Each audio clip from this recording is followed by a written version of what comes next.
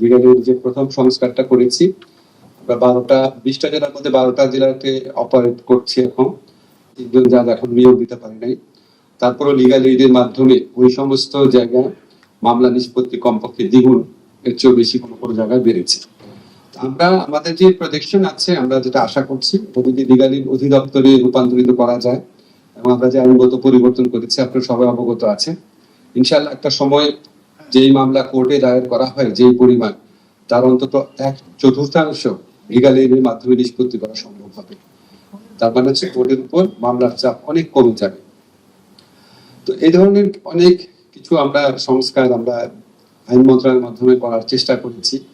একটা খুব সংস্কার যেটা আমি মনে করি আমরা আসলে ঠিক প্রপারলি রিয়ালাইজ করতে পারছি না এটা কত বড় একটা সংস্কারের কাজ হয়েছে, সেটা হচ্ছে সিপিসির ক্ষেত্রে। যেটা আমি শুনতাম যারা আমাদের মন্ত্রণালয় যারা জাজ আছে সবারই সিভিল জাজ হিসেবে কাজ করার অভিজ্ঞতা ছিল, যে ওখানে আপনার আরজি যে প্লেইন্ট আছে আর রিটেন স্টেটমেন্ট সেটা মৌখিকভাবে উপস্থাপন করতে হতো এবং এটা করতে করতে 1 থেকে 3 বছর সময় চলে যেত।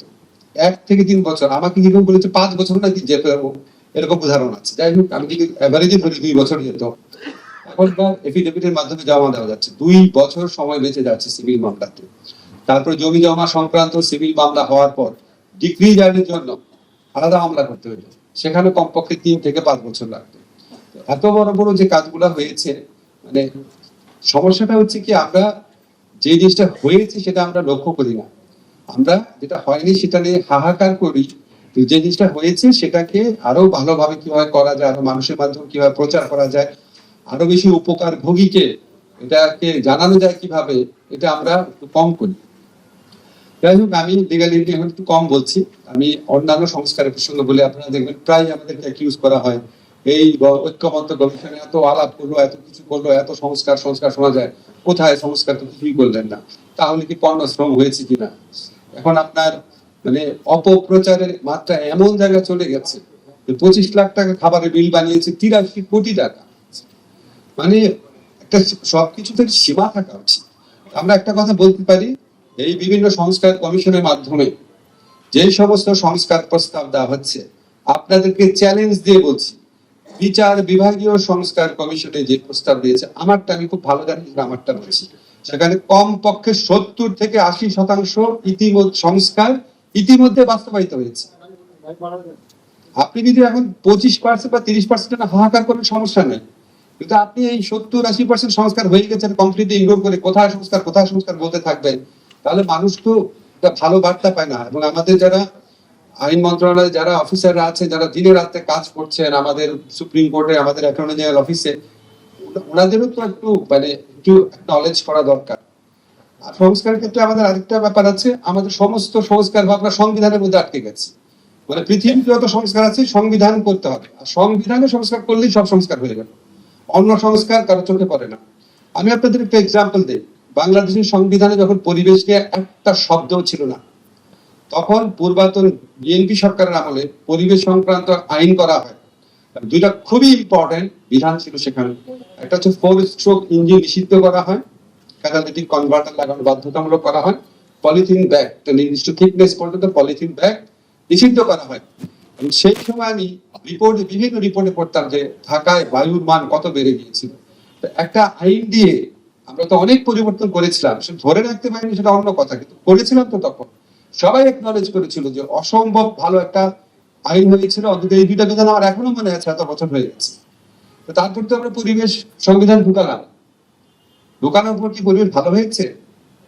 তা আমরা কেন সবাই ধরে নেই, মানে পুরা মানে মনে হয় একদল মানুষ পাগল হয়ে গেছে, মানে সমস্ত সংস্কার শুধু সংবিধান করলেই হবে, অন্য সংস্কার কোনো কিছু ইম্পর্টেন্ট না। তো আমাদের এই দেখার মানসিকতা একটু পরিবর্তন প্রয়োজন আছে। আর এটা হচ্ছে আমরা কেউ ধরে নেই যে সংবিধানে, আমি এটা বারবার বলি, সংবিধানে থাকলে সমস্ত সমস্যার সমাধান শেষ, সমস্ত সমস্যার সমাধান হয়ে যাবে সংবিধানে থাকলে। আমি একটা এক্সাম্পল সবসময় দিই, আবারও দিচ্ছি, প্লিজ একটু ভালো করে রিয়েলাইজ করে। আমাদের তো সংবিধানে ছিল প্রধান বিচারপতিকে রাষ্ট্রপতি সম্পূর্ণ স্বাধীনভাবে নিয়োগ দেবেন, দিয়েছে জীবনে কখনো? তা আপনি পলিটিক্যাল কালচার চেঞ্জ করবেন না, আমরা নিজেরা চেঞ্জ হব না, আমরা মানুষ কেউ পরিবর্তন হব না, আমাদের নিজস্ব জীবন দর্শন সংস্কৃতি অভ্যাস বদভ্যাস কিছুই চেঞ্জ করবো না, একটা বইয়ের মধ্যে কতগুলো ভালো ভালো কথা লিখে রাখবো আর সবাই ভালো হয়ে যাবে। মানে অদ্ভুত, এই ভাবনাগুলোর পরিবর্তন করা দরকার আছে, রিয়ালাইজ করা দরকার আছে যে এটা কোনো সংবিধান, কোনো ম্যাজিক না, আপনার মধ্যে লিখে দিলেন আর সব ভালো হয়ে গেল। তাহলে তো পৃথিবীতে আফ্রিকান দেশগুলোতে ইউরোপের চেয়ে বেটার গভর্নেন্স থাকতো। আপনি ইনভেস্টিগেট করে দেখেন, আফ্রিকান অনেক দেশের সংবিধান আছে ইউরোপের সংবিধান হচ্ছে অনেক ভালো। রাশিয়ার সংবিধানই তো আপনার ইউরোপের অনেক সংবিধান হচ্ছে ভালো, ওয়েস্টার্ন ইউরোপে। সমস্যা সমাধান হয়ে গেছে। তো আমার মনে হয় এই ব্রডার অ্যাসপেক্ট গুলো আমাদের বিবেচনায় নেওয়া প্রয়োজন। আরেকটা ক্ষেত্রে সংস্কারের ক্ষেত্রে আমাদের হয়, সেটা হচ্ছে টু মাচ এক্সপেকটেশন। জীবনে একটা সুযোগ পাওয়া গেছে, সমস্ত কিছু আমি ঢুকিয়ে ফেলি, সমস্যার সমাধান হয়ে যাবে। এটা একটু বিনয়ের সাথে বলছি, একটা সাম্প্রতিক অভিজ্ঞতা আপনাদের বলি। আমরা পুলিশ সংস্কার কমিশন আইন, এটা স্বরাষ্ট্র মন্ত্রণালয় করার কথা, আমরা আইন মন্ত্রণালয় থেকে নিজেরা আইন করে দিই, কতবার ওনাদেরকে আমন্ত্রণ করে, মিটিং করে, টিটিং করে আমরা একটা আইনের খসড়া করিয়েছি। সেখানে একটা প্রস্তাব আছে যে সংস্কার, যে পুলিশ যে কমিশন আছে, ওরা 3 জন আইজিপির নাম প্রপোজ করবে, এখান থেকে সরকার একজনকে করবেন। ঠিক আছে, ওনারা 3 জন প্রপোজ করবেন, তার থেকে সরকার একজনকে আইজিপি বানাবে। এটা যখন আপনার এই আন্তঃমন্ত্রণালয় কমিটিতে গেল, এই আইনটা প্রচন্ড ভাবে ব্যুরোক্রেসি আইনের বিপক্ষে দাঁড়িয়ে গেছে, কোনোভাবে আইন পাস করা যাবে না, বলে এটা 6 মাস কনসাল্ট করতে হবে। দিবেই না, আমরা যেটা করেছি কোনোভাবেই দিবে না। কত রকম পদ্ধতি দিয়ে এটা সম্ভব করার চেষ্টা করছি, সেটা আপনাদের এখন বলতে পারবো না, কোনো এক সময় বলবো।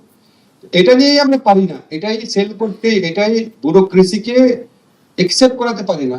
তার মধ্যে আমাদের একটা প্রতিষ্ঠান থেকে বিরাট এই আইনের মধ্যে কি কি ভুল আছে, সেই ভুলের মধ্যে একটা জায়গা বলেছে কেন 3 জনকে দিবে, একজনকে দিবে, একজনকেই সরকারকে বানাতে হবে। আরে ভাই, 3 জনকে দিয়ে তো করতে পারি না।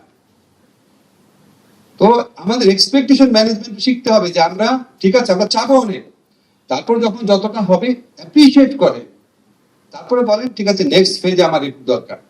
রাতারাতি করে ফেললে সব হবে না, আমাদের এক্সপেকটেশন ম্যানেজমেন্টের দরকার আছে। এখন এই সমস্ত কথা আমি বলতাম না, আমি সরকারে আসার পর দেখেছি, আমরা যখন অ্যাক্টিভিজম করি মনে হয় কত সোজা আইন, এটা বললাম করে দিলাম।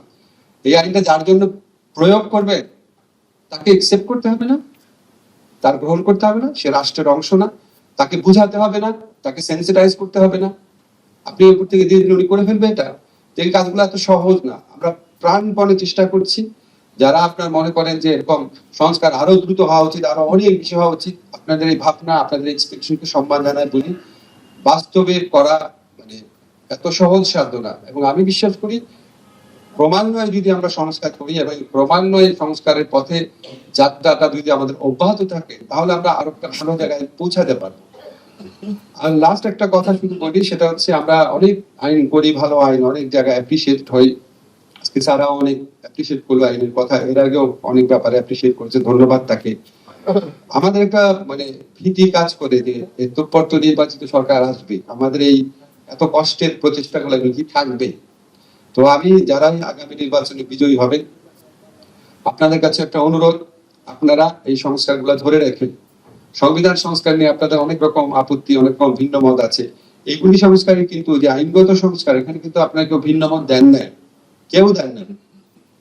এমনকি উচ্চ আদালতে যে স্বাধীন সচিবালয়, সেটার পক্ষেও সমস্ত দল মতামত দিয়েছে।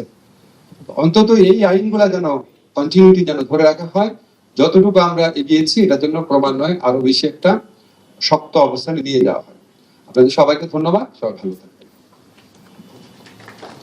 অসংখ্য ধন্যবাদ। পরবর্তী সংবাদ দেখার জন্য আমন্ত্রণ এবং সাবস্ক্রাইব করে বার্ড নিউজের পাশে থাকুন।